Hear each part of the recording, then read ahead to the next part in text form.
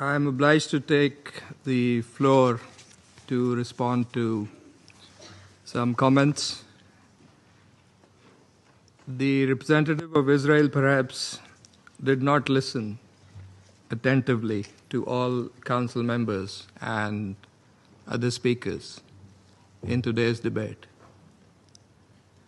And in our view, it is unacceptable, indeed ludicrous, for an aggressor, an occupier, a serial violator of UN Charter and international law,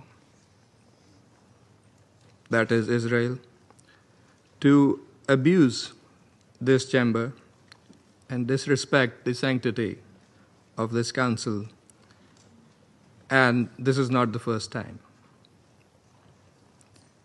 And by pointing fingers on others,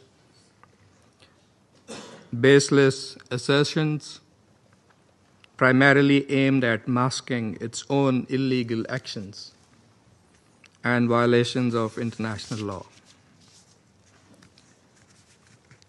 President, but that's not at all surprising.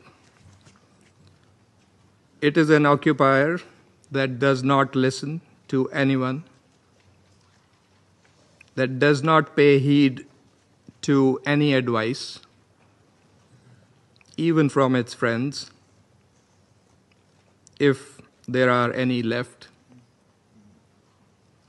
that refutes, and not just refutes, it threatens members of the international community, international media, international human rights and humanitarian organizations, doesn't listen to the ICJ or the ICC, and threatens the UN and its senior officials. And it does that with impunity, shielded by its apologists who time and again acquiesce in its illegal actions and defiance of the international community. And like all occupiers, despite being the aggressor, it feigns and plays the victim. But today it is totally exposed. President, this council has spent decades discussing the situation in the Middle East and the Palestinian question. Meeting after meeting, we devote hours to this agenda. It is not because of anyone else. It is because of Israel that refuses to vacate its illegal occupation, and that blatantly violates the resolutions of this council. It's because of that we have these discussions. Israel also chose to refer to an unrelated incident and make misleading remarks regarding Pakistan in an effort to justify its own illegal actions and violations of international law. Pakistan's position on that incident has been clearly stated and is publicly available. The international community is well aware of Pakistan's frontline role and sacrifices in the international community's fight against terrorism. The entire world, including our partners, acknowledge that Al-Qaeda was largely decimated due to Pakistan's counterterrorism efforts. And we remain committed in this global, collective endeavor. We cannot accept insinuations from an irresponsible rogue state that is, in fact, the perpetrator of worst kind of state terrorism that we are witnessing in Gaza and, in fact, in the occupied Palestinian territories for decades. and we reject any false analogy, as has also been done by Qatar. For whatever way it interprets the statements in this council, the occupying power must go back and read carefully the statement issued by the Security Council today. And let me read it out loud here. A statement that normally should have been stronger, but nevertheless has been unanimously adopted by the Council.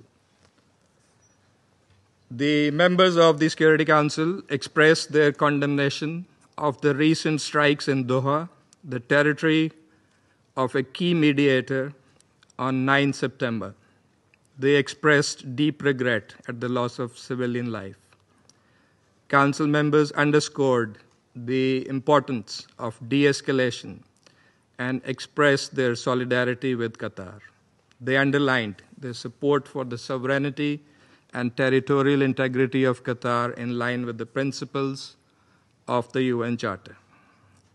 Council members recalled their support for the vital role that Qatar continues to play in mediation efforts in the region and alongside Egypt and the United States. Council members underscored that releasing the hostages, including those killed by Hamas, and ending the war and suffering in Gaza must remain our priority. In this regard, they reiterated the importance of the ongoing diplomatic efforts of Qatar, Egypt, and the United States, and called for the parties to seize the opportunity for peace. That is why we are here this afternoon in this council. I thank you. I thank the representative of Pakistan for the statement. Time and again, acquiesce in its illegal actions and defiance of the international community. And like all occupiers, despite being the aggressor, it feigns and plays the victim. But today, it is totally exposed. President, this council has spent decades discussing the situation in the Middle East and the Palestinian question. Meeting after meeting, we devote hours to this agenda. It is not because of anyone else. It is because of Israel that refuses to vacate its illegal occupation, and that blatantly violates the resolutions of this council. It's because of that we have these discussions. Israel also chose to refer to an unrelated incident and make misleading remarks regarding